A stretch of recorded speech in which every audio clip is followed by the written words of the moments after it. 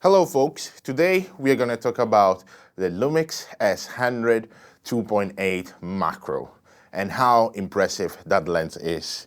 And yeah, unfortunately I'm not one of the lucky ones to have it.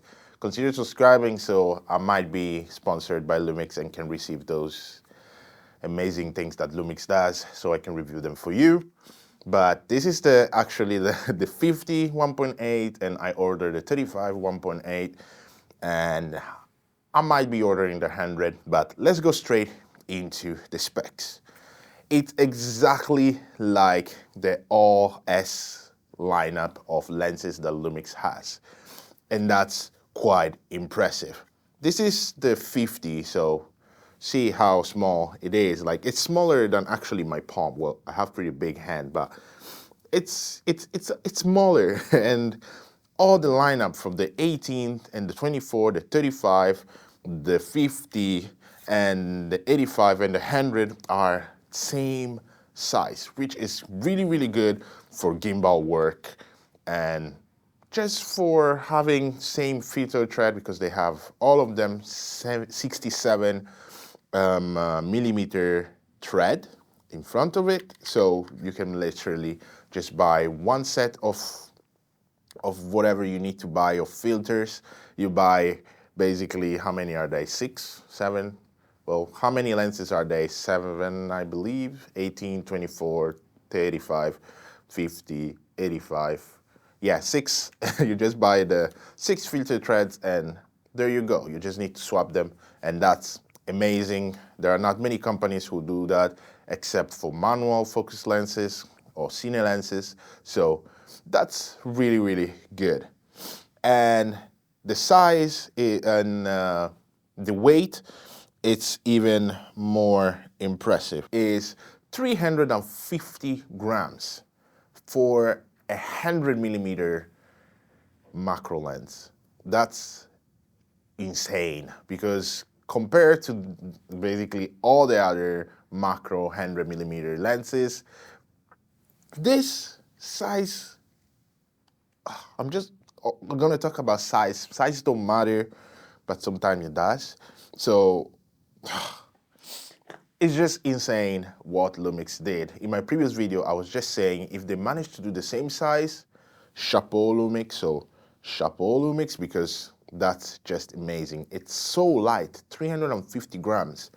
It's literally nothing on your camera. Like, you can literally go the whole day with the LUMIX S5 Mark II X and not even feel the weight.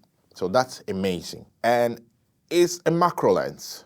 Basically, it's the minimum focus is 20.4 centimeters. So it's basically around this. And that's really good. And the most amazing thing is the one-to-one reproduction. It's basically a true macro lens, because basically what you are literally seeing with like your eyes, or not really your eyes, but basically what the lens is seeing, what the camera is seeing, it's literally the natural size of the animal or whatever you are photographing. So it's not going to be any weird electronic thing going on or stuff like that. It's just going to be the true size of the animal. Like, you're just going close to the animal. You're just going to have, I'm talking about animal now because that's mainly like, you know, the insects and stuff like that, but you can do many things in macro, but I'm just going to use that as an example. You're just basically going close to the insect.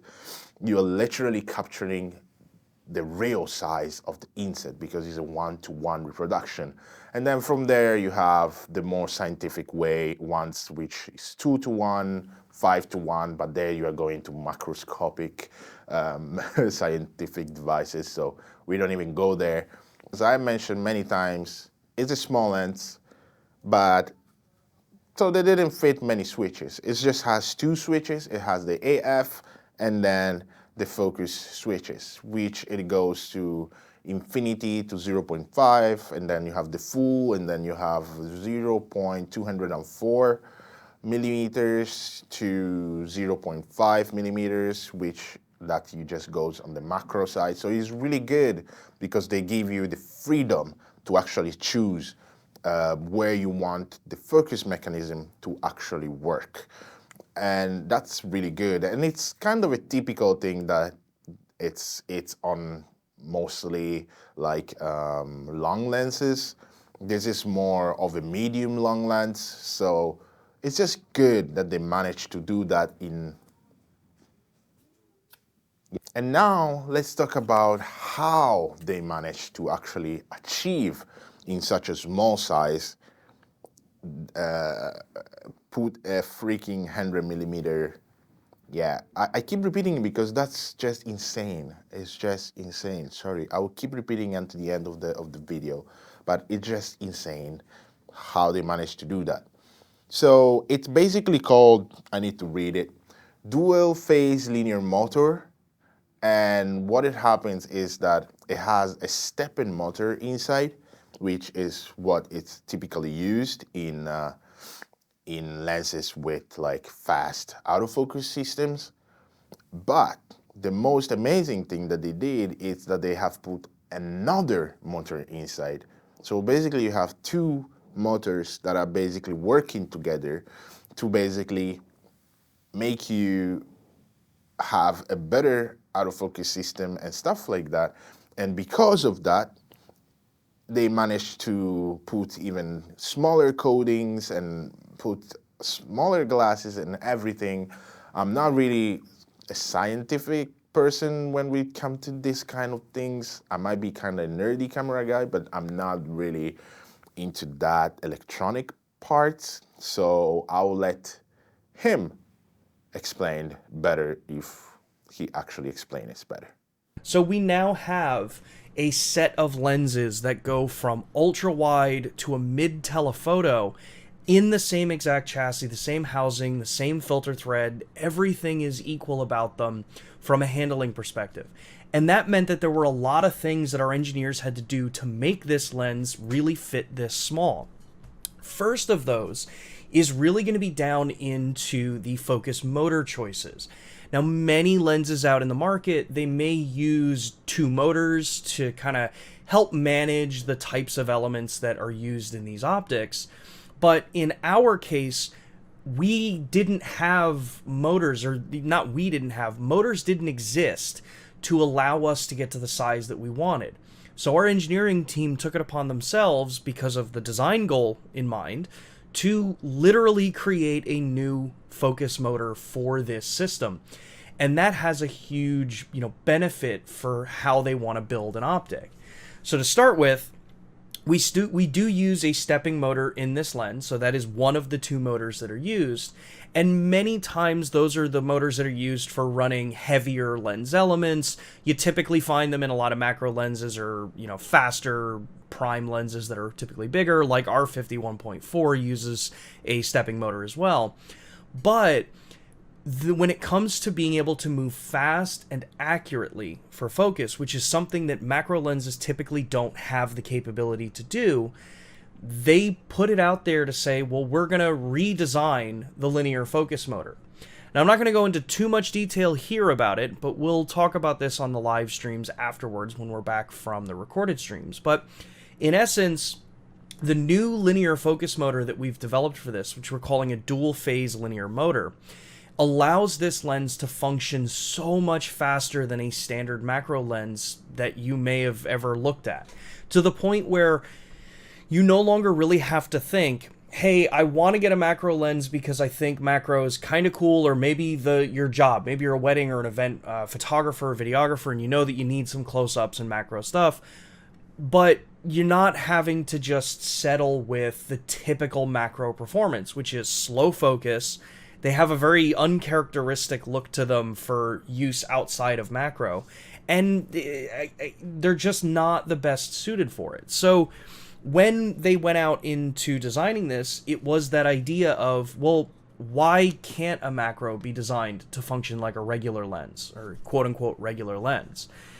So the new motors, the fact that we're using two of them, the complete redesign of the internal housings, so how circuit boards get placed, how you actually lay things out within the body of the lens itself, all culminated in being able to get the size and the weight down. And then on top of that, the fact that we're using 3 aspheric elements in this lens means that, for one, the optics engineers have a lot more choices to work with as far as the different kinds of exotic elements that you want to work with.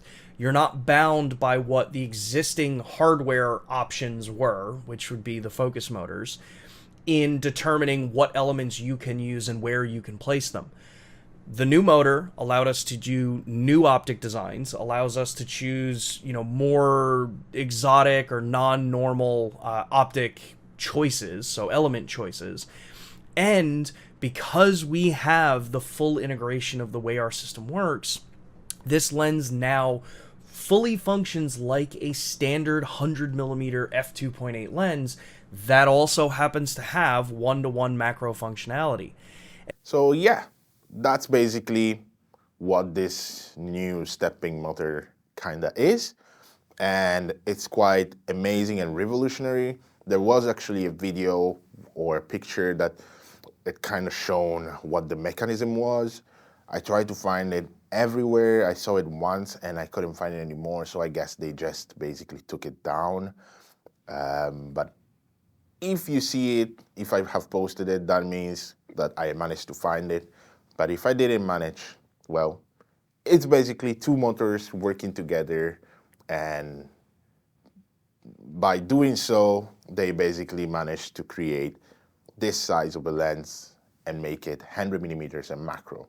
But what is more even amazing about this is that the S lineup keeps growing and people keep sleeping on it, because people keep talking about, oh yeah, there are limited lenses for the LUMIX lineup, that's why we don't switch and blah, blah, blah. And my answer is, there is an entire lineup of lenses of the normal focal length of lenses for the LUMIX lineup. So I don't even think that is an excuse anymore, because you have everything Sigma too, like everything that get released for the E mount of Sony get released for LUMIX too. So there isn't really much excuses there. I think it's better if people are just sincere, just say, hey, Sony just works better for me, or Canon just works better for me, and let's just be sincere and not really talk about the limited lenses, because this kind of lenses are revolutionary lenses that are going to push even more the boundaries, as LUMIX is known for in the micro four third part. In the full frame part, now it's gonna probably start changing more and more with probably the LUMIX S1H Mark II. It's gonna push even the boundaries even more. So LUMIX is coming back, and it's gonna come back stronger, and I hope to be part of the people who can help LUMIX come back stronger. I'm not a LUMIX fanboy, or I'm not a fanboy of any brand. I'm just a gear fanboy, and I just love when companies just push the boundaries with like the Sony A9 III. That's just mind-blowing camera. Even though it sacrifices a little bit of dynamic range, it's still a mind-blowing camera, so chapeau Sony for that. But yeah, LUMIX is just the brand that gives you, if you're a videographer and you really love videography, LUMIX is the camera that gives you the most tools for that. There might be some quirks, yes, it's not perfect, like the 4K 60 cropped and the absent of 120 in 4K, but you still have a lot that this camera gives and that LUMIX is doing. And in the future, I'm pretty sure they're even gonna give more. So for today, thank you for staying here and listening to me blubbering, and I really hope to see you in the next video. Consider subscribing, and I really want to thank everyone that has been supporting me since the beginning. I've reached the 700 goals, and I want to get to the summer with 1,000, and then hopefully get even starting monetize and start collaborating more with brands and people, so I can give you more and more things and informations, because I just really love this community, and for some reason I love YouTube. I'm not earning nothing from it, but I'm loving it. Thank you guys for sticking here with me. Take good care of yourself, and I'm gonna see you in the next one.